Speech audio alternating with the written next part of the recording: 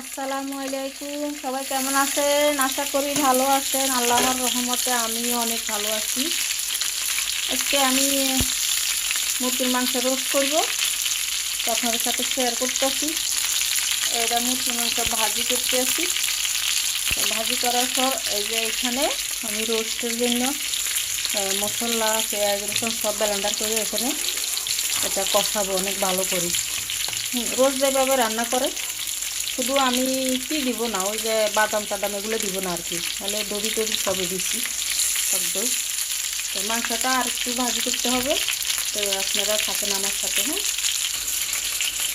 আমি এখানে সব মশলা দিয়ে দিচ্ছি, দেখাতে ভুলে গেছি।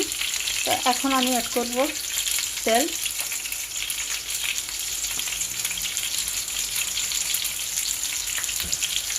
ভালোভাবে নাড়াচাড়া করে দিই, ভালো করে মিক্স করতে হবে।